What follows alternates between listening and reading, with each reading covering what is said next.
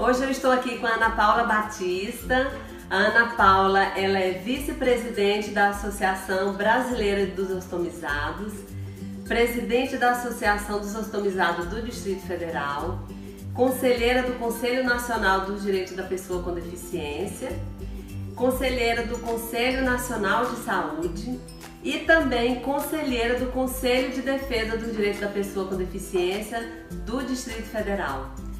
E a Ana Paula é uma pessoa ostomizada. Eu queria que você contasse um pouco pra gente, Ana Paula, a sua história com a ostomia. Então, eu agradeço o convite, né, de estar aqui com vocês.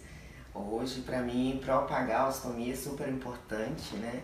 Temos uma deficiência invisível e essa foi de onde surgiu a Ana Paula Batista, né? Alguns anos atrás, eu apareci com um probleminha de saúde, né? Eu sou portadora de leiossarcoma e por conta disso eu acabei ficando ileostomizada, que é um tipo de ostomia.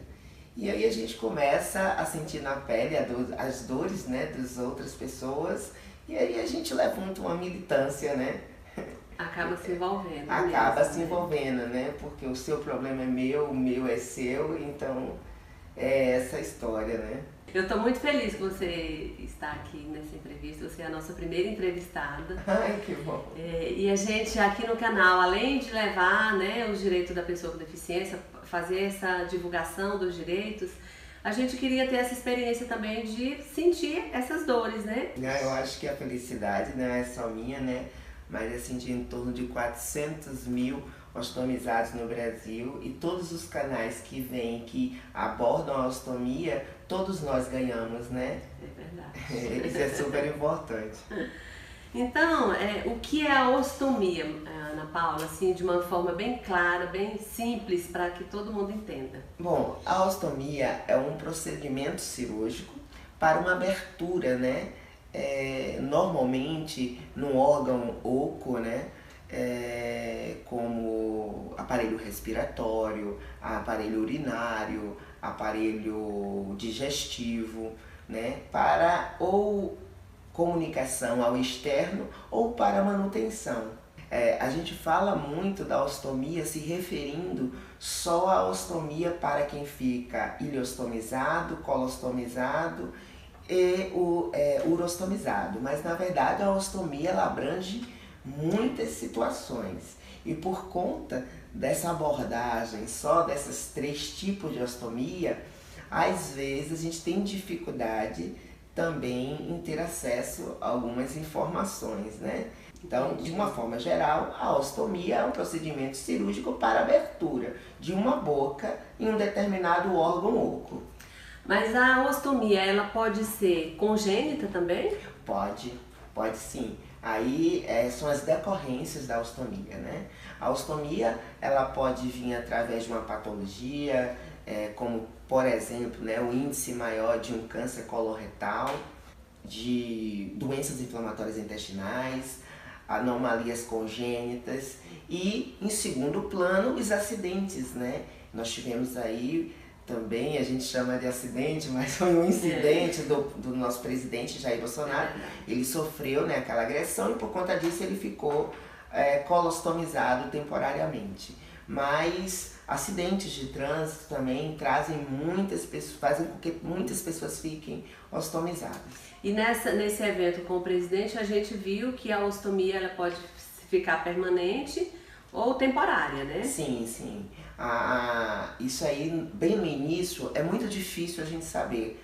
É por isso que muitas vezes nós temos dúvidas na cirurgia do presidente, né? Porque não é só uma colostomia, tem uma série de abordagens junto à ostomia, que são as fístulas e que precisa ser tratado.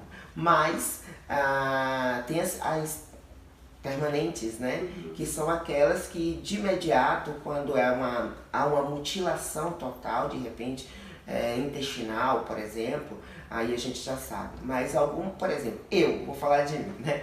A minha ileostomia seria temporária, eu tenho 11 anos com a minha ileostomia, né? Então, a ileostomia ou ostomia, seja lá qual for o tipo de ostomia, tem um determinado tempo também para fazer a reconstrução, porque a gente acaba perdendo, né, partes do intestino com o tempo, né? Isso falando do trato digestivo, né? E aí às vezes não tem mais condição de reverter. E aí a gente entra naquele problema, né, da regulação. Para as pessoas, principalmente que estão no SUS e que precisam da reconstrução e não conseguem. O paciente, em algum momento, ele pode optar por reverter ou não a ostomia?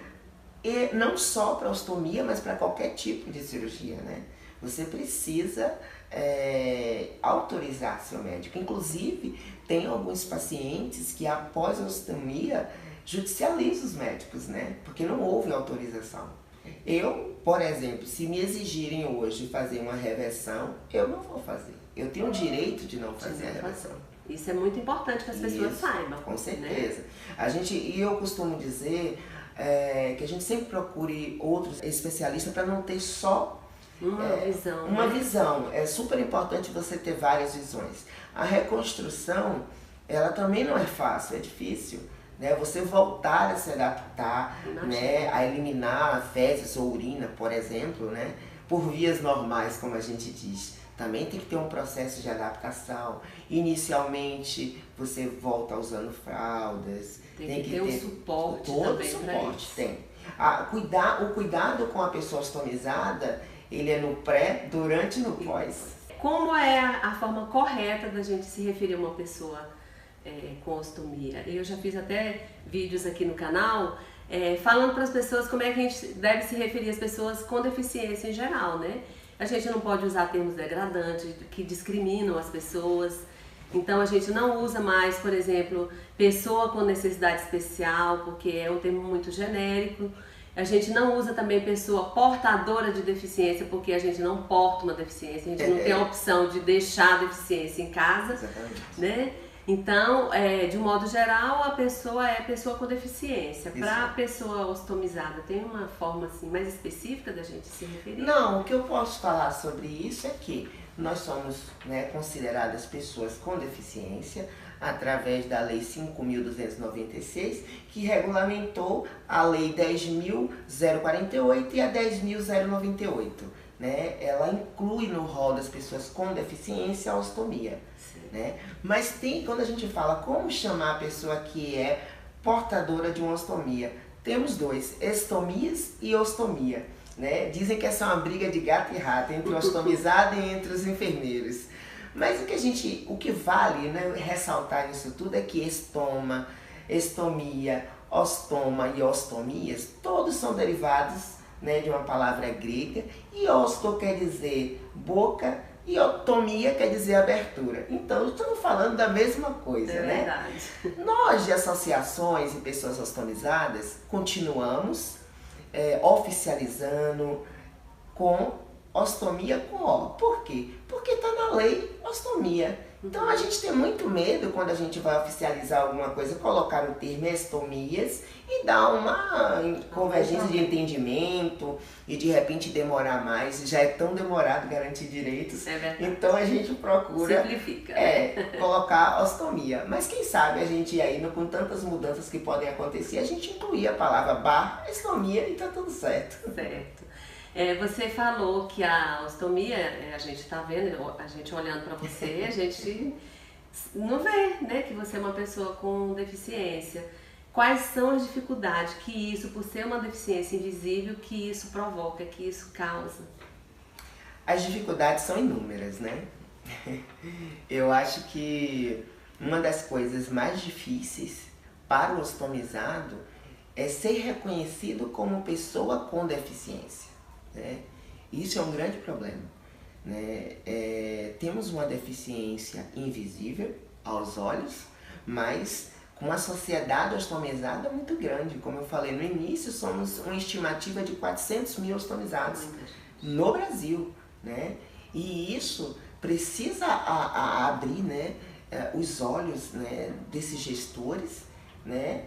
Porque a gente precisa de espaço e ser respeitado. Não só ostomizado, mas como a todo mundo, né? A gente precisa se respeitar, mas tem coisas que passam mesmo da dignidade, né? A gente perde nossa dignidade muitas vezes. Então, essa é a coisa mais importante para mim, para todos os ostomizados. Ser reconhecido como pessoa com deficiência pelos órgãos governamentais. E que quando eles não reconhecem, eles nos tiram nossos direitos, né? É muito fácil generalizar que algumas pessoas ficam ostomizadas temporariamente e simplesmente tirar um direito de uma sociedade dessa. E que pior, crescente. Crescente porque o câncer coloretal ele cresceu bastante. E a gente não vê, eu estando Conselheira Nacional de Saúde, a gente não vê projetos preventivos, a não ser de campanha. De campanha a gente já tem muita coisa. A gente tem que ir para prática, né? E ter acesso à sociedade. Uma outra coisa é o preconceito, né? A gente passa muito preconceito, muita discriminação. Mas onde, Ana Paula? Por exemplo, nos clubes. Os clubes não aceitam ostomizados, em sua maioria, né? Aqui no DF, alguns passaram por isso também. Fazer uma hidroginástica. É incrível isso. É incrível. E engraçado, né? Porque, na verdade, isso é cultural. A gente nunca consegue falar cocô. A gente nunca fala no número 2. É sempre número 2. Vou fazer o número 2. E quando fala, ou então vai fazer o número 2 e volta com cara de número 1, né? E isso, meu Deus, é tão maravilhoso você fazer o número 2. Né? É sinal de que você está com saúde. É necessário fazer isso. E de repente, o número 2, que era um problema, né, para aquela pessoa, vira o cotidiano dela. Né? Então, o outro precisa entender que aquele momento precisa ser respeitado. Aí esse preconceito, aonde é que ele começa? Em casa. A gente tem inúmeras famílias que se separam por conta da ostomia. As pessoas não aceitam, são filhos com vergonhas de pais e mães, porque carregam um dispositivo coletor na área abdominal, porque a ostomia mais difícil é a de fezes e urina. A tráqueo, a cistostomia, tá tudo certo, mas quando se trata do número 2, né, e um xixi, é bastante complicado. Então essa é uma das coisas, né, que é o reconhecimento, a sociedade aceite, né, todos nós, né, de uma forma geral, né? como somos. E a gente não escolhe e qualquer um pode estar sujeito. Pode, né? Qualquer um, né? Pode acontecer isso, né? Outra dificuldade é o acesso à portaria 400, né? Tem até uma brincadeira que estão fazendo dos 10 anos e eu pedi meu pessoal, né, dei a ideia para preparar. 10 anos atrás estava normatizada a portaria 400. E hoje, em 2019, que nós vemos são pessoas por aí, pelo Brasil, usando sacos, né, de supermercado, saco de lixo, fraldas. Então, inaceitável. O meu TBT exatamente vai ser esse essa semana. Então, Ana Paula, falando desses equipamentos, né, que são indispensáveis para as pessoas ostomizadas, desses equipamentos básicos, existem outros equipamentos que facilitam a vida da pessoa ostomizada? Assim, doutora Leide, essa abordagem é super importante, né? Nós vemos, eu costumo dizer que essa briga entre gato e rato tem que existir a vida inteira, né? E a gente tem aí a portaria 400, como mencionamos aqui há pouco, mas ela, infelizmente, não consegue atender a todos, né? E a gente vem, através da Associação Brasileira de Ostomizados, tentando adaptar a portaria 400 às necessidades do indivíduo, né? Os equipamentos são muitos básicos, eles são básicos demais, né? Eles não atendem, por exemplo, as crianças. Não está normatizado na portaria 400. A gente precisa normatizar equipamentos diferenciados para atender a todos. Cada tipo de pessoa. Exatamente. E o que nós temos na portaria 400 ainda é muito pouco, né? Nós temos alguns tipos de bolsas de 2 peças, de uma peça, os produtos adjuvantes que traz segurança, qualidade de vida, que são os pós, gelificadores, recuperadores de pele, né? Porque o contato das fezes com a área abdominal, por exemplo, ele irrita a pele, né? Traz muitos problemas, né? A gente costuma dizer que ficamos com a pele com peristoma muito ferido. Então, tá faltando isso, né? Essa responsabilidade, a portaria 400, ela é uma vitória, né? Eu não sou daquelas que eu achei ruim, achei maravilhoso. Tem alguns militantes que não gostam da portaria 400, mas eu acho que ela vem, normatizou e vem ajudando bastante pessoas também, né? Mas a gente precisa que a verba para a portaria 400, para o atendimento à pessoa com ostomia pelo Ministério da Saúde, ele volte a ser carimbado. Porque ela vem misturada, né, com órtese e prótese. E a gente sabe que a gente tem outras demandas, né, como aparelho auditivo, cadeiras de rodas. Então, é super necessário para... uma verba específica, né? Específica, sim, porque já teve a verba específica, foi retirado. Hoje o Ministério da Saúde ele faz esse envio para o Estado e não tem noção de quem está recebendo esse material, né? Até um adendo, é importante, né, a gente ressaltar que também o Ministério da Saúde não tem esse quantitativo porque o cadastro único não funciona. Exatamente. Né? E aí a gente tenta, né, tá tentando, né, regulamentar na LBI isso, né, que é a Lei Brasileira da Inclusão, e aí a gente está tentando fazer isso porque a gente precisa de dados, né? A gente também na Associação DF-Down, na questão da deficiência síndrome de Down, nós não temos números, né? Então tem aquele censo que foi feito considerando todas as deficiências, mas que também entraram as pessoas que são usuárias de óculos. Imagina. Então não é uma estatística, como desenvolver políticas públicas sem saber o número de pessoas que precisam dela, né? Não pode, a gente precisa de dados, né? E aí, quando a gente tem esses dados, a gente melhora, né, a distribuição de dispositivos coletores, né? O produto que se adapta bem a mim não se adapta a José nem a Maria. Às vezes essa pessoa tem 2 estomas, um muito próximo, e o que a gente vê é o mínimo. Então o mínimo não atende. E além de não atender, tem um desperdício, né, de verba, porque esse paciente não tem um produto adaptado, então ele gasta muito mais produto. Então, é necessário ter uma gestão... Se for adaptado, né? Vai durar um pouco mais. As pessoas têm que entender essas especificidades. Exato. Porque atende melhor e, de repente, economiza. Exato. Né? É que nem eu comecei uma militância no passado sobre o catéter, né?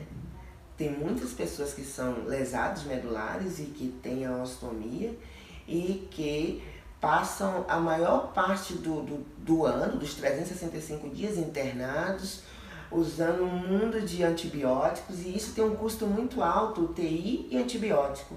Aí, a inclusão do catéter intermitente traz benefício, autonomia para esse paciente, né? E reduz 80% o uso de antibióticos e internamentos. Então a gente não consegue entender como gestores não fazem essa linha, né? Mas enfim, talvez a gente saiba. Nós estamos aqui para esclarecer e, né, colocar essas questões, isso, porque às vezes a pessoa não tem essa noção, né, de que fazendo assim vai melhorar a qualidade de vida, vai economizar, vai atender a todo mundo, né? Então eu acho que realmente falta muita informação, tanto para as pessoas, né, com deficiência, quanto para a sociedade em geral, né? Porque saber o direito da pessoa com deficiência não é só a pessoa com deficiência que tem que saber. Eu entendo, todo mundo, inclusive na LBI, fala que é dever do Estado, da sociedade, da família, promover a inclusão da pessoa com deficiência. Então todo mundo tem que saber. Sim, né? Eu acho assim, a gente está na nova era, né? E essa era digital ajuda muito essa propagação. Então, o que nós estamos fazendo aqui vai correr ao mundo. Exato. E são mais pessoas que vão estar conhecendo um pouco do que é ostomia, mas que hoje talvez não esteja ostomizado, mas pode ter um familiar amanhã. Não sei, né? Pode acontecer, como a senhora falou, com todos. E também direitos, né? Exato. Nós precisamos estar atentos aos direitos. é papel do governo, é igual aquela velha história. O governo tem a obrigação de manter a cidade limpa. Mas você pode também Vamos contribuir para não sujar a cidade, né? A gente pode fazer a nossa parte. Vamos dar uma ajeitada no nosso passeio, né? A gente chama passeio, né, lá em Salvador, assim. Então, assim, é super necessário a gente sair da zona de conforto, não ficar só reclamando e agregar, né? Agregar. Eu queria só voltar um pouquinho, Ana Paula, na questão do fornecimento dos equipamentos, para perguntar sobre os planos de saúde. Tá, os planos de saúde, eles precisam, né, fazer esse fornecimento de bolsa. Mas não é muito diferente do SUS, não. É uma guerra isso, né? Porque, primeiro, é o conhecimento. O paciente não tem o conhecimento de que ele tem um plano de saúde, que ele tem direito a isso, né? Então, assim, às vezes tem o paciente, também tem uma coisa que é, voltando um pouquinho, que é importante a gente lembrar, que alguns planos de saúde são com coparticipação. Então, na hora da gente assinar, fazer um plano de saúde, a gente tem que saber muito bem o que nós estamos fazendo. Tá atento. Né? Mas o ANS, ele diz, né, tá lá, se não me falha a memória, na 325, ele regulamenta o fornecimento de bolsas, mas ainda também voltamos e dizemos, precisa-se atender a todos os públicos. Lá ele fala que o fornecimento são de adjuvantes, que traz segurança, os pós, as pastas e alguns outros que o médico faça a indicação, mas também ele diz que é só dispositivo coletores para fezes e urinas.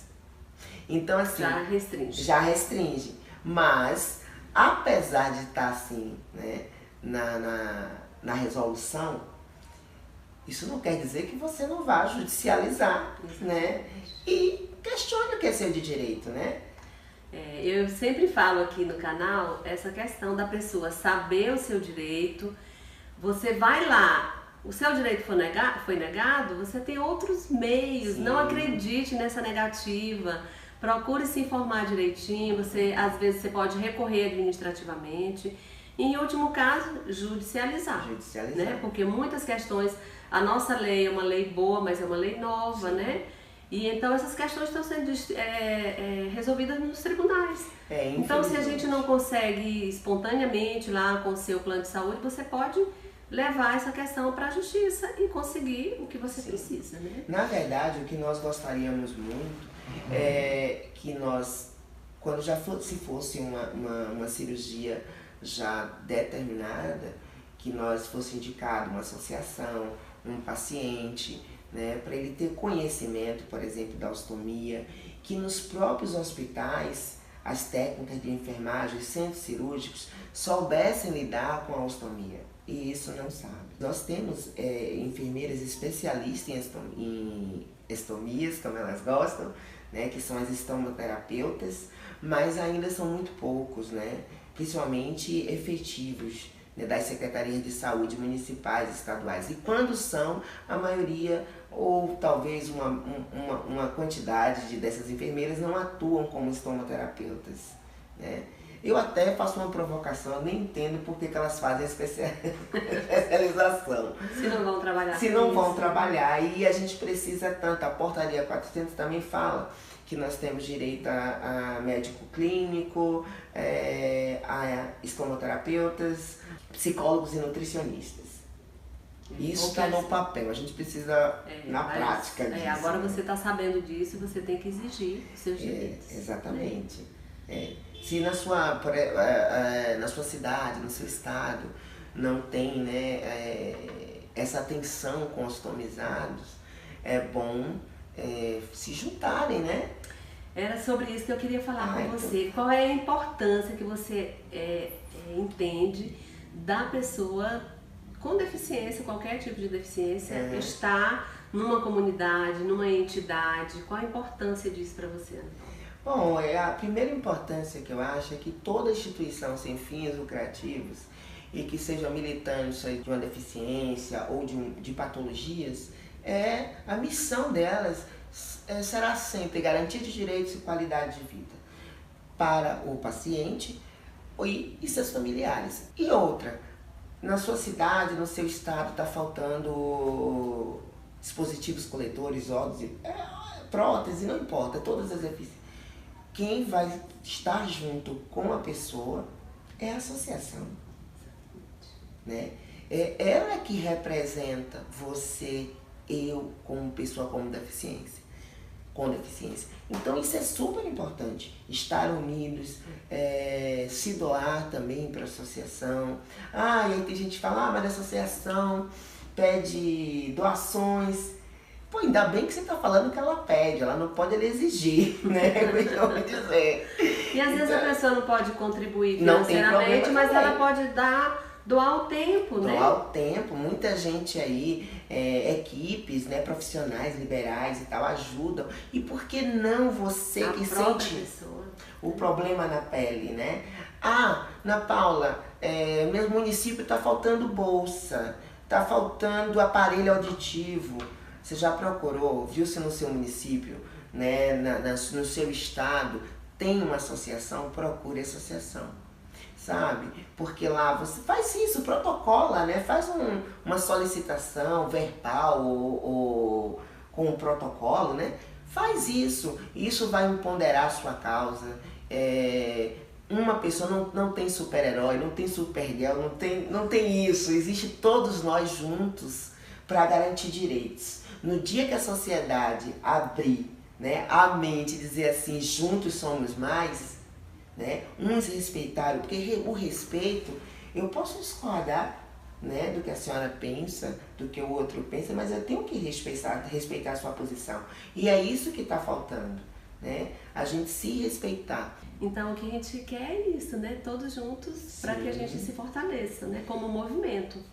Eu acho muito, mais uma vez, importante esse bate-papo, o canal de vocês que falam de todas, né? E esse é o meu papel. Eu sou ostomizada, mas no dia a dia a gente se depara com muitas situações absurdas, né? E aí a sua dor tem que começar a ser a minha dor, para poder valer a pena essa existência, né? É verdade. A gente tem muita coisa, a gente pode fazer muita coisa. A dor de Ana Paula pode ser compartilhada com vocês, tenho certeza, e a de vocês com todos nós. O papel é esse. E aí a gente consegue atingir objetivos que atendam a todos. Ana Paula, aqui em Brasília nós temos a Associação dos Ostomizados do Distrito Federal. Em todos os estados tem uma associação? Bom, deveria ter, né? Assim, algumas instituições tiveram que ser fechadas, né? Não sei a abordagem o porquê, mas foram as minhas. Mas normalmente tem. Se alguém quiser um atendimento, né, em seus estados, seus municípios, podem procurar a Associação Brasileira do Ostomizado ou a mim lá no canal que a gente indica, né? Tem São Paulo, os municípios de São Paulo também tem, Santa Catarina, Goiás, Anápolis, Aparecida de Goiânia, Mato Grosso do Sul, infinitas instituições. E é bom ressaltar, doutora Leite, se me dá a oportunidade, claro, que a Associação Brasileira de Ostomizado, ano passado, ela abriu seu estatuto, porque já fazia esse trabalho, assim como todas as suas filiadas, não atendendo só o ostomizado.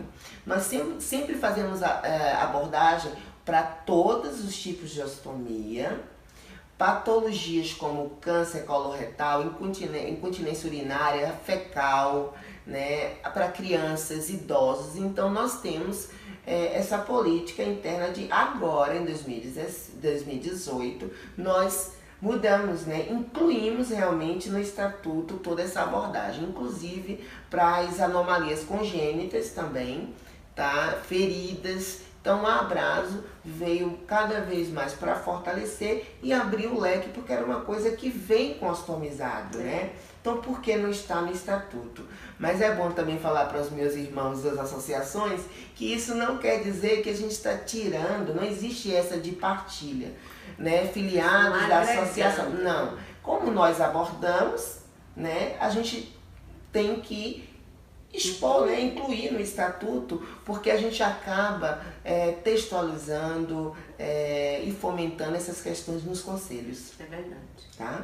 Então, a Abrazo está aí, eu estou à disposição, que alguém quiser entrar em contato com a Associação Brasileira de Ostomizado, que inclusive fica aqui no Distrito Federal, é 61 3041 3033. Boa de memória. Se na sua cidade, no seu município, não tem uma entidade, uma associação, se inspire na Ana Paula. Quem sabe você aí vai criar a sua associação, né, Ana Paula? Exatamente, exatamente. E aí fazer parte desse movimento nacional, né, em defesa das pessoas ostomizadas. Sim, eu faço no Facebook, eu tô fazendo uma live por semana e a abordagem é exatamente essa. A carteirinha, né? Toda instituição também tem sua carteirinha de identificação. E você pode estar se identificada como uma pessoa com deficiência ostomizada. Mas é importante, isso é muito bom, doutora Leide, porque as pessoas estão me ligando querendo fazer a carteirinha do Distrito Federal. E para mim seria ótimo, né, acrescentar o número de associados. Mas eu não resolvo o seu problema, entende? É local. Você precisa se filiar e fazer sua carteirinha na instituição local, no seu município. Ah, no meu município não tem. Procura estadual, né? Se filia. Por quê? Você já é uma pessoa com deficiência, você já é ostomizado. A carteirinha lhe apresenta, lhe identifica como pessoa com deficiência, como ostomizado, mas as leis, elas diferenciam de um estado para outro. E o que você tem direito às isenções aqui pode não ter em Cuiabá. E ela não tem essa validade. Então, todas as associações que cedem a carteirinha de identificação como pessoa ostomizada têm a mesma validade de qualquer outra instituição. Então, procura a sua instituição. Ah, Ana Paula, não tenho, é muito longe do estadual. Então, se tem uma quantidade, faz um núcleo de ostomizado, né? Faz um núcleo. Se juntem, gente. A força da sociedade é muito grande. Tudo fica mais fácil. O que a sociedade pode fazer para nos ajudar, para ajudar as pessoas com deficiência? Respeito, né? É a palavra-chave. A primeira coisa é você respeitar o seu próximo. E uma coisa que é muito importante nessa questão de ser inclusivo, né? Quando a gente fala de sociedade, engraçado, é a única pergunta que está me fazendo que me move, assim, realmente porque a gente vê uma sociedade ainda preconceituosa, ainda com discriminação, e o que a gente precisa, eu acho que eu vou finalizar essa sua pergunta com respeito, né? Os gestores precisam entender que eles são seres humanos antes de ser gestores. Então a gente precisa modificar essa cultura e olhar os outros como se estivesse olhando para nós mesmos. Falta-se muito, não só para o ostomizado, mas como para outras pessoas com deficiência. Ostomizado falta banheiros adaptados, né? Nós não temos os banheiros, acesso a dispositivos coletores, né? Temos várias pessoas passando necessidades básicas que foram retiradas suas aposentadorias e tantas outras coisas, porque às vezes o perito não sabe nem o que é ostomia. É muito difícil isso então, ainda acontecer, né? Acontece. Depois da convenção, né? Sim. Depois da Lei Brasileira de Inclusão, sim, a gente não deve admitir, né? Mas a gente tem isso também ainda com nascimentos com criança com síndrome de Down. Pois o médico ainda tem aqueles conceitos, aquela visão do que seria, né, a pessoa com síndrome de Down. São absurdos que a gente enfrenta. E tá aí, né? O Ministério da Saúde não é ruim de tudo, é nosso, é SUS, mas é importante ressaltar o seguinte: tive um caso, por exemplo, falando dessa questão da inclusão, né, da sociedade. Uma menina ostomizada foi para São Paulo e tá grávida. Não pôde retornar para ter neném aqui no Distrito Federal, mas lá em São Paulo não quiseram levar em consideração o relatório médico dela, dizendo que ela não poderia ter um parto normal. Desculpa, que ela só poderia fazer o parto normal.